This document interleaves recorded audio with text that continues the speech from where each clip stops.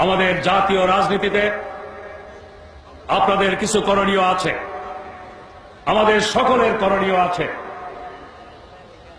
আমরা সকলে সাক্ষী, আওয়ামী লীগ দুইবার ক্ষমতায় গিয়েছিল।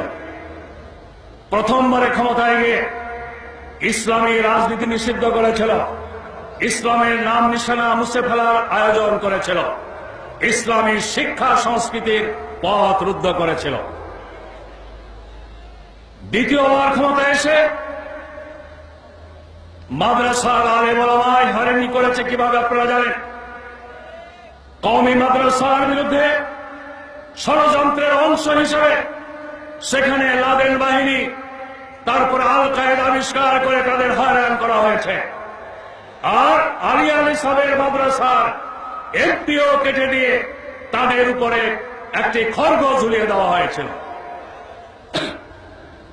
আমি একদিন পত্রিকা দেখেছিলাম, আওয়ামী লীগের একটি ওলামা ফ্রন্ট আছে, ওলামা লীগ, তারা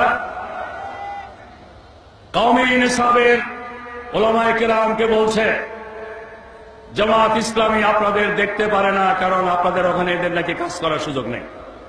আমি এই পল্টন ময়দানে বলেছিলাম, আওয়ামী লীগ ক্ষমতায় থাকতে আল কায়েদা লাদেন বাহিনী আবিষ্কার করে কওমি মাদ্রাসার বিরুদ্ধে যখন চক্রান্ত করে, তখন ওলামা লীগের নেতৃবৃন্দ কোথায় ছিলেন?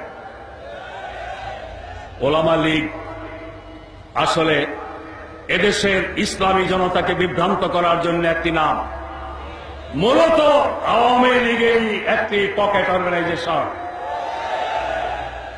ওলামা লীগের বিষয়টি তো মানুষের কাছে জানা, কিন্তু সরাসরি আওয়ামী লীগের অঙ্গ সংগঠন হিসেবে পরিচিত নয় এমন কিছু ইসলামী লেবাসধারী সদ্য গজানো প্রতিষ্ঠান শেখ হাসিনার সাথে দেখা করছে, 14 দলের নেতৃবৃন্দের সাথে দেখা করছে, বৈজ্ঞানিক সমাজতন্ত্রে বিশ্বাসীদের সাথে দেখা করছে, আর জামাতের বিরুদ্ধে ভূমিকা রাখছে। যারা এভাবে ইসলামের নাম নিয়ে লেবাস পরে আওয়ামী লীগের এজেন্ডা বাস্তবায়ন করতে চায়, বাংলাদেশকে ধর্ম নিরপেক্ষতার নামে ধর্মহীন বাংলাদেশে পরিণত করতে চায়, বাংলাদেশকে বাইরে তাবেদার রাষ্ট্রে পরিণত করতে চায়, তাদের বিরুদ্ধেও দেশবাসীকে সজাগ সচেতন করার ভূমিকা আপনাদের পালন করতে হবে। ওলামায়ে কেরাম, আমি কথা আর বাড়াতে চাই না, শেষবারে একটি কথা আমি বলতে চাই।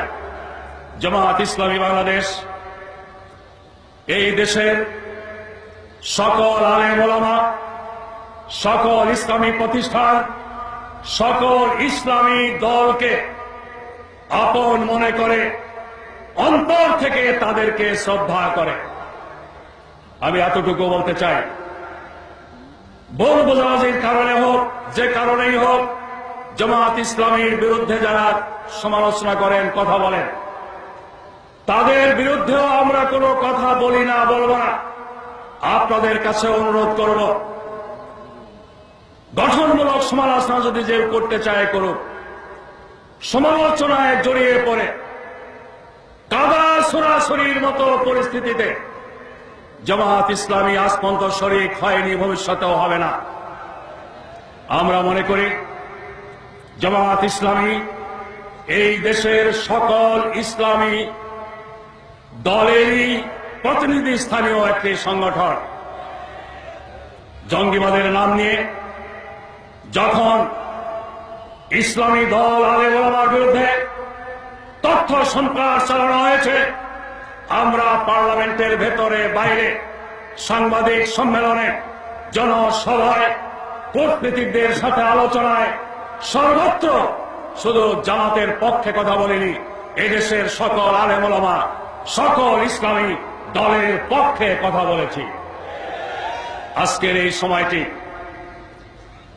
ইখতিলাফ নিয়ে ঝগড়ায় জড়িয়ে পড়ার সময় নয়।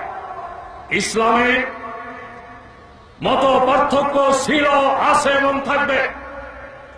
যে যে মতে বিশ্বাসী তাকে সেই মতে থাকতে দিন। জোর করে একজনের মতের উপর আরেকজনের মত চাপিয়ে দেওয়ার চেষ্টা করলেই সেখানে ফিতনা ফাসাদের জন্ম হতে পারে। জামাত ইসলামীর ব্যাপারে প্রথম থেকে নিয়ে শেষ পর্যন্ত সজাগ আছে, সজাগ থাকবে। আমরা বিশ্বাস করি যারা কোরআন হাদিসের খেদমতে নিয়োজিত তারা যদি আমাদের বিরুদ্ধে ফতোয়া দেন, তবুও তারা যে কাজটি করছেন এই কাজ আমাদের কাজ। অতএব সাময়িক ভুল বোঝাবুঝির কারণে তারা হয়তোবা কোনো দিক থেকে কোনো ভুল তথ্য পেয়ে আমাদের সম্পর্কে নেগেটিভ কথা বলছেন, কিন্তু তাদের কাজটি যেহেতু আমাদের জন্য সহায়ক, তারা যে কাজ করছেন যেহেতু কাজটি আমাদের, এজন্য তাদেরকেও আমাদের বুকে টেনে নেওয়ার মতো উদার থাকতে হবে, উদার ব্যবহার করতে হবে। আমি আবারও আপনাদের সকলের মাধ্যমে এই দেশের সমস্ত ওলামায়ে কেরাম, সমস্ত পীর মাশায়েখ, সমস্ত ইসলামী দল এবং প্রতিষ্ঠানের নেতৃবৃন্দ কর্মীদের কাছে আকুল আবেদন রাখতে চাই, ইসলামের বিরুদ্ধে যে ষড়যন্ত্র চক্রান্ত চলছে, এই ষড়যন্ত্র চক্রান্তের পেছনে যারা আছে তারা যেন ইসলামপন্থীদের কাউকে ব্যবহার করতে না পারে, কাউকে তাদের সহজ হিসেবে পেতে না পারে, আমাদের কারো কথা যেন তাদের শক্তি না যোগায়। এ ব্যাপারে আমাদের সবাইকে সজাগ এবং সচেতন থাকতে হবে। এই ওলামা সমাবেশ সার্থক ও সফল হওয়ার জন্য মহান আল্লাহ রাব্বুল আলামিনের দরবারে শুকরিয়া জানিয়ে, আপনাদের সবাইকে আন্তরিক অভিনন্দন জানিয়ে, এই সম্মেলনকে কেন্দ্র করে কালেমায় বিশ্বাসী সকল মানুষের মধ্যে ঐক্য গড়ে উঠুক। দ্বীনের জন্য যারা কাজ করছে ক্লাসের সাথে সকলের সাথে সংহতি একটি মাইল ফলক হোক এই ওলামা জাতীয় ওলামা সমাবেশ। আমি আশাবাদ ব্যক্ত করে সকল শ্রেণীর ওলামায়ে কেরামের কাছে আমার মনের এই আকুতি পৌঁছে দেওয়ার জন্য আপনাদেরকে দায়িত্ব গ্রহণের আবেদন জানিয়ে আমার বক্তব্য শেষ করছি। আল্লাহ হাফেজ। বাংলাদেশ জিন্দাবাদ।